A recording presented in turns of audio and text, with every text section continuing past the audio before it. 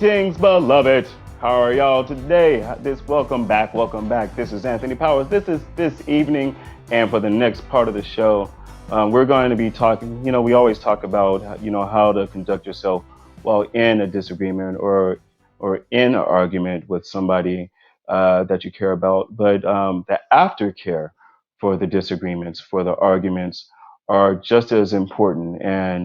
Um, unfortunately, some people are going to be getting into some arguments this weekend, Valentine's weekend. like, ironic, right? But to help us deal with this and to have a conversation on how to deal with these topics, we have my main man, which call it the dashing, the debonair, the charismatic, the man with the great taste in sports team. Some know him as Dr. Love. We know him as Dr. Cade. What's up, brother?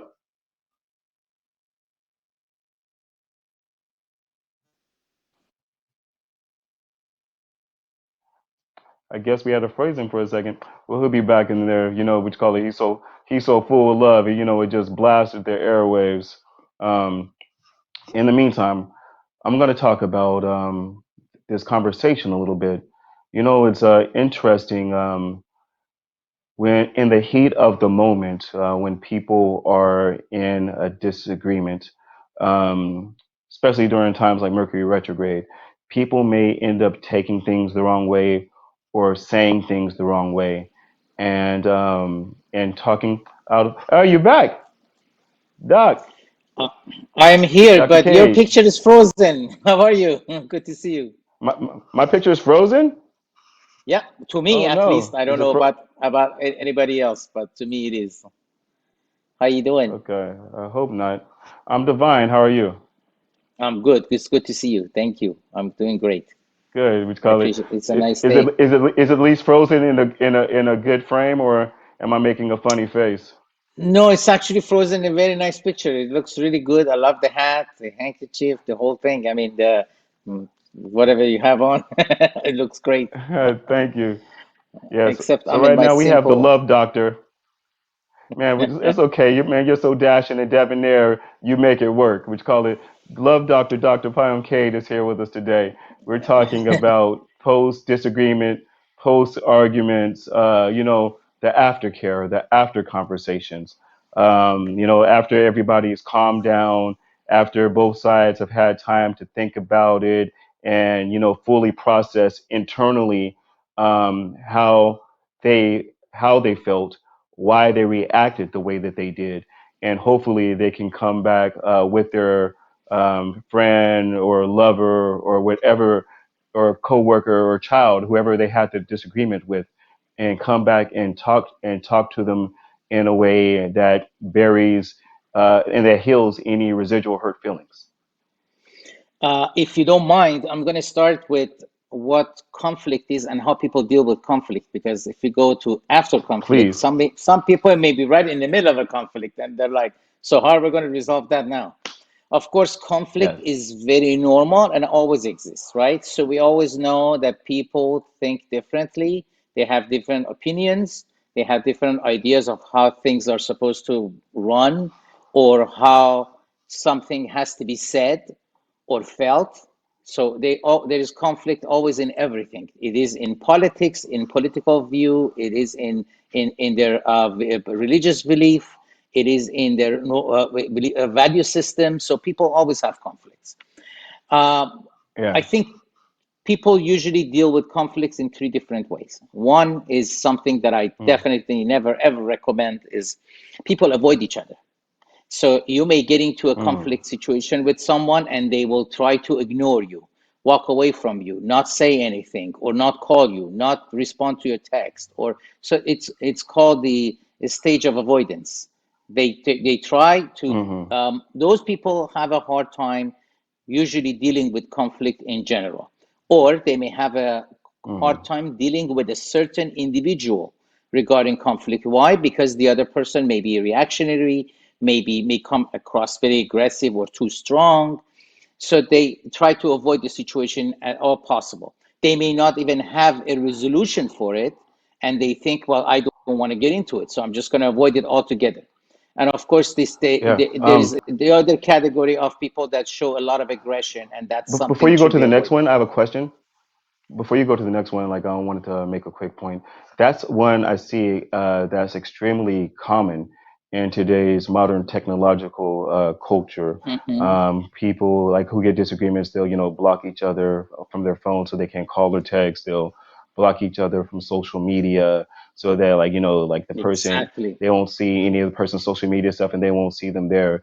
And it's something that's become even more like because of the easiness of technology and so many this avoidance technique that you mentioned is one that is so common, especially amongst like the millennial generation, even more so like but back in the Absolutely. days like it was just a silent treatment. Like it was a silent treatment but For a now like while, yeah. I'm not only giving you a silent treatment, I'm blocking access here, I'm blocking it here, Hmm. I'm blocking it here, I'm blocking it here. Yeah. Continue I hear continue on that to a the next lot one, from like, or if you have more you yeah, want to say about this one. I hear that a lot from my clients, because when I talk to them, especially like 17, 18-year olds, 20-year olds, the first thing that comes out of their mouth is, well, I just blocked my dad. He's not going to be able to call me anymore. I'm like, whoa, you blocked your dad? So how is that going to help you? Well, I don't care if it's going to help me. I just don't want to hear it anymore. So avoidance is the first Hmm. stage. Like they try to avoid someone, like you said, I couldn't say it better. Of all the platforms that they Yeah. have, telephone, social media, what have you, and they block and say, well, I don't want to contact with you, have any contact with you. That does not ever resolve a situation, right? Yeah. If it does, it just creates more pain for at least one of the individuals. That's for sure. More Yeah. pain and more, maybe more anger even. So the other Yeah. stage is a stage of aggression. So a lot of people, when they want to resolve a conflict, they become aggressive. So they think with the aggressive, if I'm aggressive and if I come that way, that person is going to back off, and I'm going to win the conflict. I'm going to win the resolution. Who does that? Yeah. Usually bosses do that at work. If they don't know conflict resolution skills, the first thing they do is, because I just told you, I ordered you to do it, go do it. So they don't try to Parents do that resolve too. it. They don't try to. Parents do that. Absolutely, they do it. I just told you to clean your room. Now, it doesn't matter what else you have to say, or if you don't feel good, or you're not in a good mood. I don't care about none of that. I just want you to go clean your room. So it becomes, and if they don't, they're going to come up, I'm going to cut your this, I'm going to cut you from that, I'm going to take your video game away, I'm going to, so they immediately go to the stage of punishment. What am I going to do to make you or force you do what I just asked you to do? And obviously, we know in the long run that never works, because the most important thing is that child is never going to learn from you how to do conflict resolution.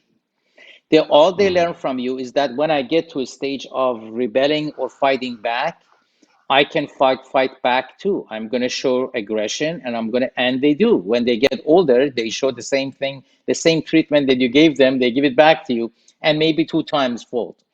So Yeah. and then we come to the third stage, which is a non-aggressive resolution conflict methods.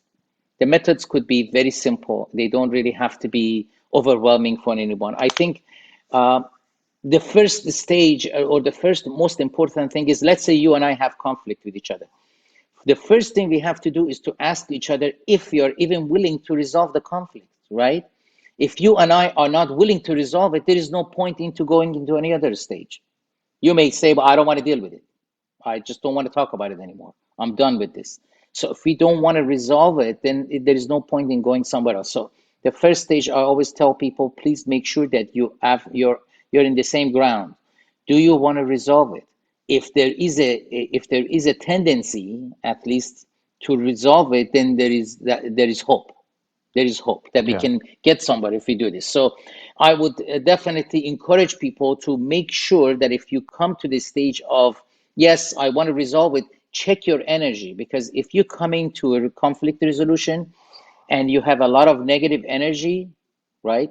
You have a lot of predisposition thoughts in your head, you're not going to get somewhere.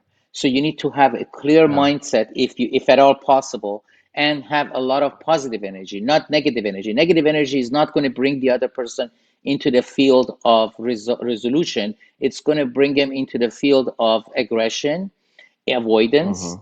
uh, pain, it's going to bring them in a stage where they don't really they're not going to participate as well as you want.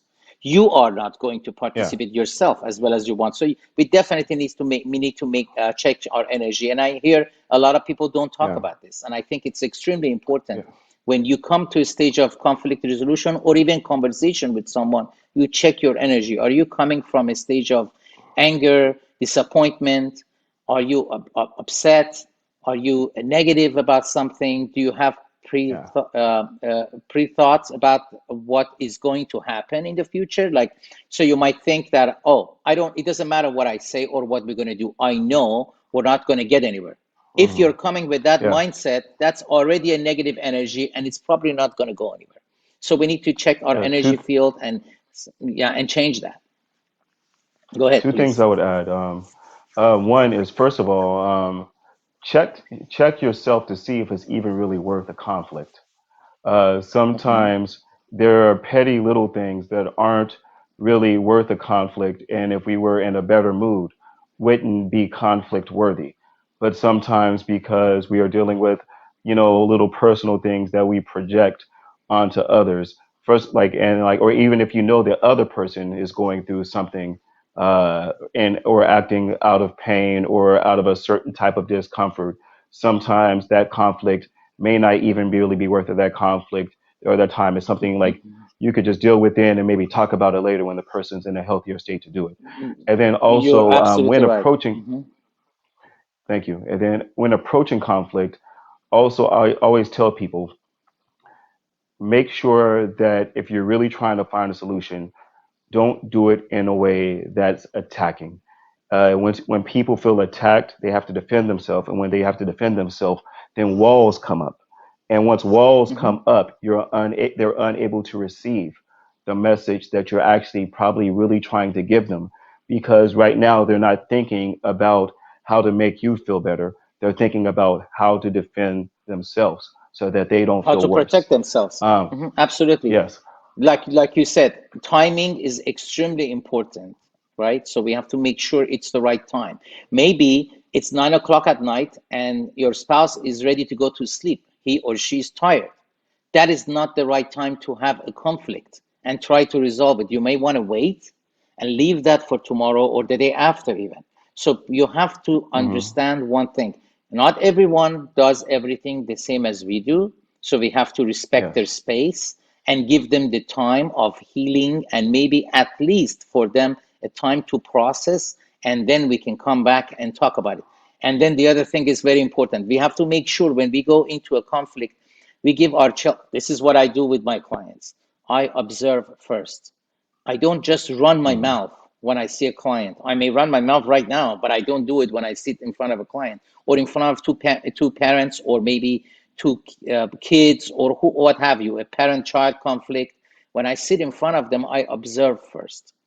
The observation Hmm. is extremely important because not only you will get their feedback from their body language, you also get a feedback of what is even being this. It may not even be the issue.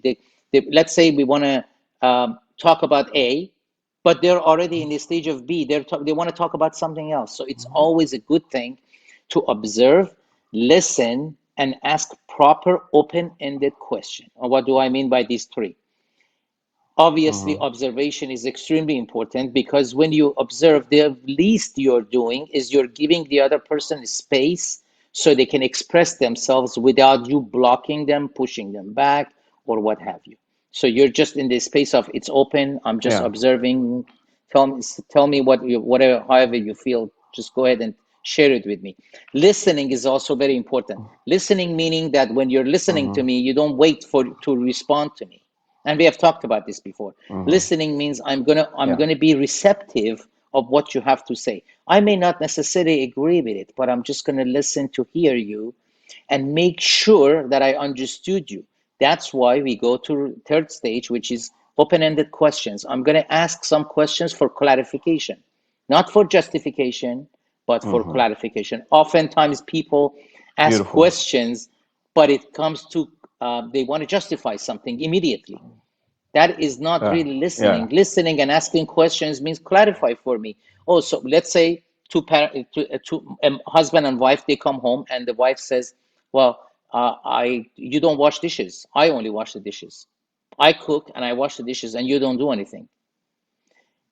If I was the husband, I would listen and I would clarifying questions.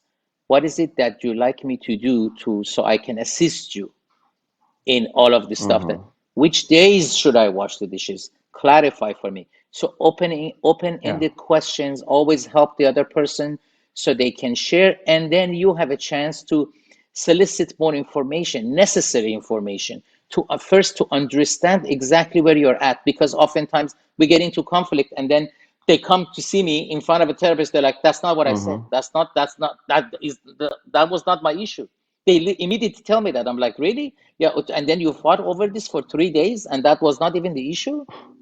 So clarifying Yeah. questions were not asked. It's important to ask those questions.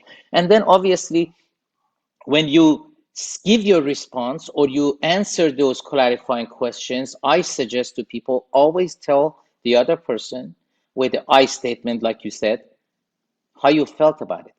How you felt about Yes. it, not how they made you feel. How they made you Yes. feel is your interpretation of how you need Yes. to feel. It's not, Yeah. this is not an interpretation. This is about, I Yeah. felt hurt when I found out that I have Yeah. to come home at 7 o'clock at night and you were already here at 6, and I had to make dinner and then wash the dishes and then go to bed, and then you were already relaxing in front of TV. That Yeah. made me feel I am not appreciated. So you're sharing your feeling. You're not saying you are hurting me, you're not appreciating me, you are this, you are Mm-hmm. that. So pointing finger, I'm pointing finger. That is not a good thing. If you don't want the other Yeah. person to bring their guards up, like you said, and be defensive and completely be open in this space with you, don't point finger. Just tell them how you felt.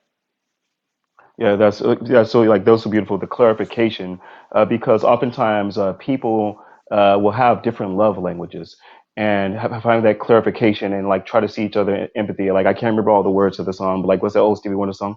Try to see things my way, you know. Da-da-da-da-da-da. Try to see things your way. We got to work it out. One thing that really struck me when you were talking is that too often when we get into conflicts we go in with the purpose of winning the conflict instead of winning a solution and winning peace. We try to win the argument for ourselves. We want to be the victor of the argument. But if we go in with both parties saying, let's put our egos aside, let's try to find, let's win a solution, let's win with peace. If that's the goal in the end, instead of, like what you call it, and yeah, I knew I was right. I was right and you were wrong. And too oftentimes Mhm. people get into that situation once they get into conflicts Absolutely. of trying to Yeah. prove of trying to have that upper hand.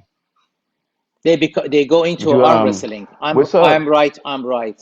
And that is not going to work. That's why in the Yes, outset I exactly. said the first question we need to ask is, do you want to resolve this conflict? Because if you're going Exactly. into an arm wrestle, that means that the message from that is that I don't want to resolve the conflict. I just want to win the argument. Argument is different than winning conflict. If you're going to do Mm, conflict resolution is definitely nothing about me winning this argument. It's about us gaining something from this for the both of us so that we can move forward and have a better relationship with each other. And that's conflict resolution. And of course, when you do that, and one of the things that happens quite often, and I see it over and over and over, when people try to resolve their conflict, they bring 5 or 6 items together. So they make it messy, mm, painful.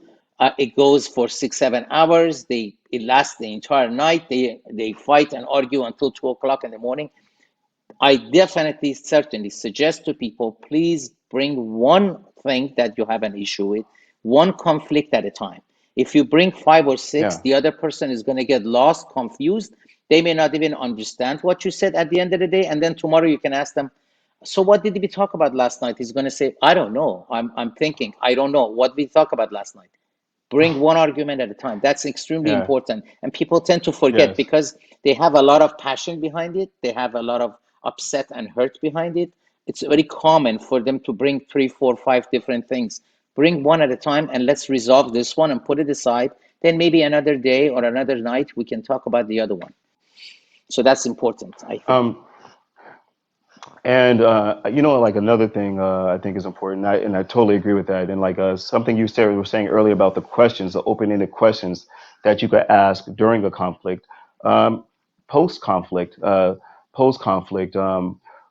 What are some of the things that I did or the way that I responded that made the conflict worse? What are some of this? What do you need from me to help you heal from our past conflict? What do you need Absolutely. from me from future conflicts that will make this that will make it go smoother for us in the way that we communicate? Um, and then if both people ask that, then hopefully The- I can't hear you. I lost you. I think I can't hear you. I can see you, but I can't hear you. Okay, so if you can hear me, one of the things that I'm going to say before we even get to the point of post-conflict, I'm going to say, and this may sound a little elementary, but it's not. If you are going to resolve a conflict and you come to a stage of understanding, if you can, please write it down. I know it sounds a little dumb, but it's not. Because when you write it down as to what we came to agreement number one, and we write it down. This is going to work for me, and that is going to work for you. And we write it down and we come to an agreement on this. Then we can always reflect back on it. And when we look at what we wrote down, we can also reflect back on the energy we had, the way we discussed this issue, and the way we responded to the other person, and that then it gives us a chance that next time if there is another argument on another issue with the same person, we can actually go back and see, recheck ourselves and see, can I do this any better? Is there a do possibility you to do to for me to do any better next time? would you ever suggest that couples record their conflicts so that record their conflicts and then go back and watch them together afterwards? Is that a That valuable if experience? if they don't use it as a weapon against each other, because oftentimes people Yeah, not only they record it, they may even show it to somebody else and say, see how crazy he is, this is how he responds to me, yeah. this is how he talks to me, he's so negative and he's so this and that. So it depends on the two people. I don't disagree with it. I just think that if you don't use it as a knife, if you use it as a Yeah. weapon I'm to better yeah. yourself, great, Yeah, then it's a good hopefully, idea. and I'm hoping that even during the conflict, if they if they know that it's being recorded, then hopefully they'll try to find ways to even be more civil, Hmm. more civil with each other in that moment. Like hopefully knowing that knowing that the camera's rolling, so that they when they go back, they are like, okay, it may allow them to step out of themselves for a second, and try to see things from a different perspective. Right, and Hopefully, I always say in the middle of the conflict, or when you start having a dialogue about the conflict with someone, please recheck yourself and do as to others as you want them to do to you. So if you yeah, think cussing is going to solve the problem, it won't, and it's going to hurt the other person. You do not want the other person to cuss at you either. So avoid all the negative stuff that could come out of you, and usually they come with your emotions. So when you're getting to a yeah, conflict, try to check your emotion, put it aside, and bring your logic in if you can. And that is exactly why I say beautiful. sometimes conflict should be dealt with the next day. This is not tonight's Yeah, conflict because I'm too emotional. I'm very reactionary right now. It should not be hmm, reactionary. It should be you should not react to something.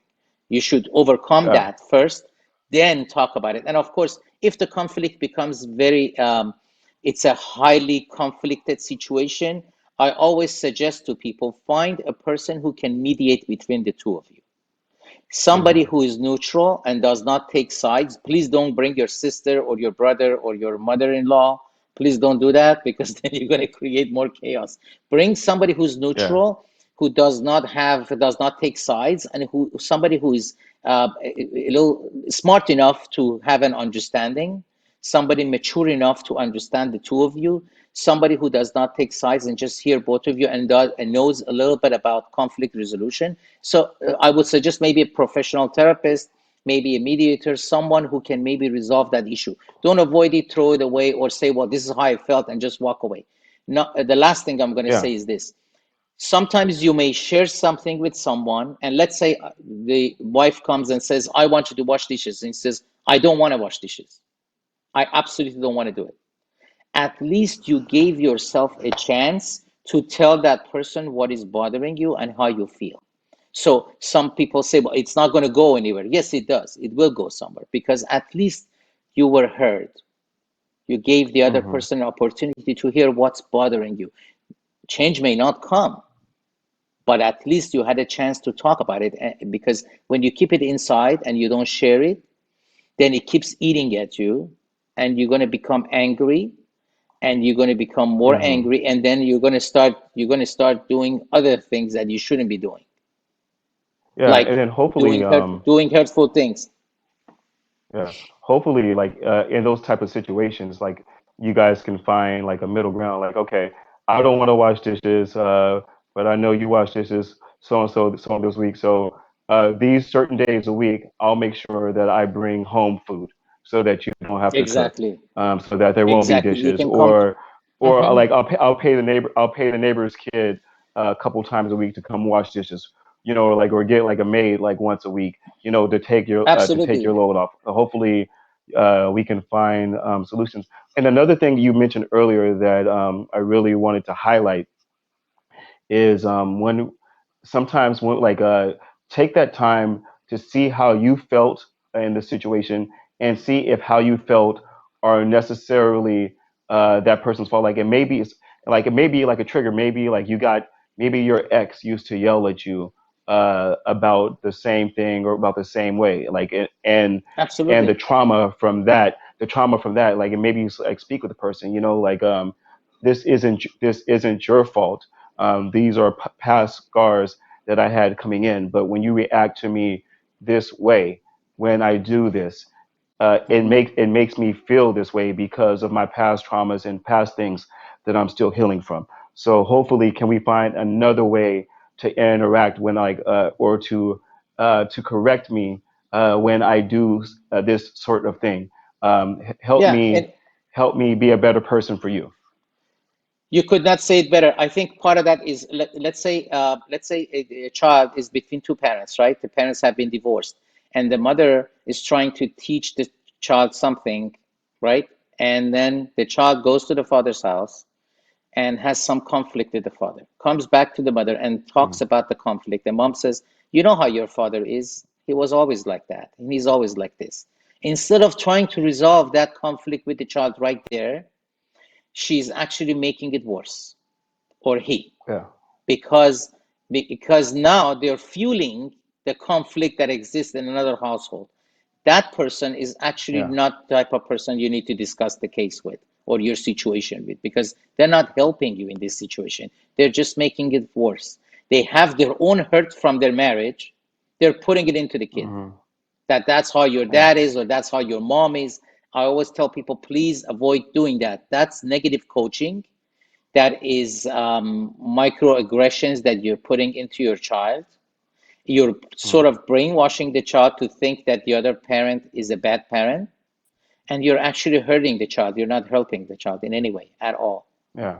So that's where the situation should go before a therapist, not between the mother and the father and the child. Between Yeah. it has to go Yes. to a professional to resolve. Yeah, And I'm so that's happy pretty we much have a for me. professional with us.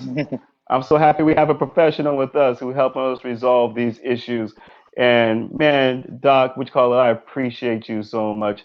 Dr. Thank you. Payam Kade, man about town, Dr. Love, dashing man, dashing gentleman, king of romance, king of romance is what they call him in I many don't know about circles. that one. Good It's good to see you. It's good to see you. Have a to wonderful see you too, evening. brother.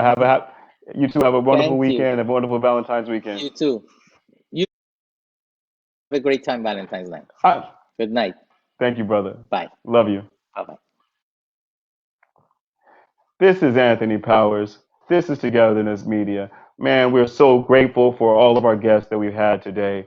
And we're so grateful for you to watching. Make sure you hit subscribe on all of our social media platforms. Well, you know, the update buttons, you know, hit me up, hit us up. And then go to our website, download the app. We're here for you. We're doing this all together. Stay tuned, baby. Be divine. You are loved.